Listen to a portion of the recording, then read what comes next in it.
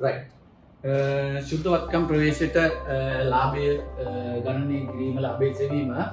දැන් එතකොට මේකේ අපි ශුද්ධ වත්කම කියලා කියනවා මේක අපි කලින් ඉගෙනගෙන තියෙනවා සංකල්පනාත්මක රාමුවට අනුව අපි වත්කම් වගකීම් හිමිකම් ඔක්කොම නිර්වචනය කරලා තියෙනවා. එතකොට අපි ඉගෙන ගත්තා මෙතනදී ශුද්ධ වත්කම සමානයි වත්කම් වලින් වගකීම් අඩු කරාට පස්සේ නාගේ. වත්කම් වලින් වගකීම් අඩු කරාට පස්සේ නාගේ. දැන් එතකොට මෙතනදී අපි තුමුකෝ මෙන්න අපේ ඉන්නවා කවුද නිකහැටිය. නිකහැටියට ඕන වෙනවා කාර් එකක් ගන්න. රයිට්. මෙන්න කාර් එක. කොල්ල ළඟ ලක්ෂ 20ක් තිබ්බා. මේ ලක්ෂ 20 අරගෙන යනවා කාර් එකක් ගන්න. ලක්ෂ 20ක් අරන් ගිහලා කාර් එකක් ගන්නකොට මොකද වෙන්නේ?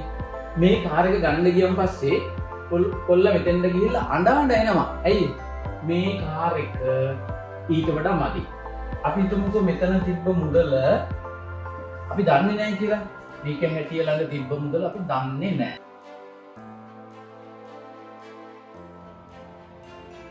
මෙන්න නික හැටිය ළඟ තිබ්බ මුදල අපි දන්නේ නැහැ. එතකොට මෙන්න මෙයා කාර් එක බලන්න ගියා.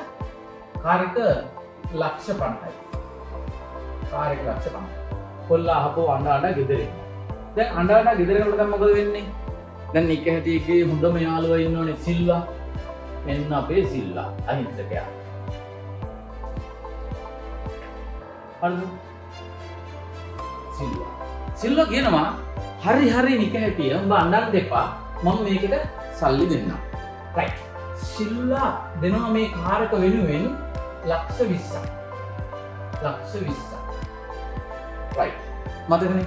අර පොඩි කාලේ අපි රණ්ඩු නම් පස්සේ කොහොමද පොඩි කාලේ උදේම වෙරළු ගෙඩියක් දීලා අන්න මේ අවුලක් නැහැ කියලා පේනවා නේ හොඳ දෙන්න යාළුවෝ ටික වෙලාවක් ගිහලා හන්දේ රණ්ඩු නම් පස්සේ මේ උදේ දීපම් වෙරළු ගෙඩි දීපම් ඉල්ලනවනේ අන්න ඒව ගෙදර මුන් දෙන්න රණ්ඩු වුණොත් සිල්වට මේ කාර් එකෙන් කෑල්ලක් අපිට දෙන්න උනොත් දැන් මේ කාර් එක ලක්ෂ 50යි ඒ කියන්නේ කොටස් පහකට විතර බෙදා ගන්නවා 1යි 3යි 4යි එතකොට මේ කෑලි දෙක දුන්නාන් පස්සේ නික හැටියට ඉතුරු වෙන්නේ මෙන්න මේ කෑලි තුනනේ.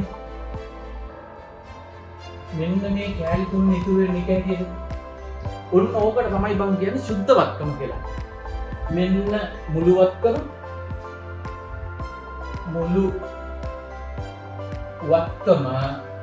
මෙන්න වගකීම දෙන්න ඕනේ. එහෙනම් වත්කම් වලින් වගකීම් අඩු කරාට පස්සේ ඉතුරු වෙන්නේ සුද්ධ වත්කම. මෙන්න මේ නික හැටිය කියන අයිතිකාරයා අයිතිකරුට අයිති කොටසට අපි කියනවා සුද්ධ වත්කම කියලා. ඒක පැහැදිලිද? රයිට්.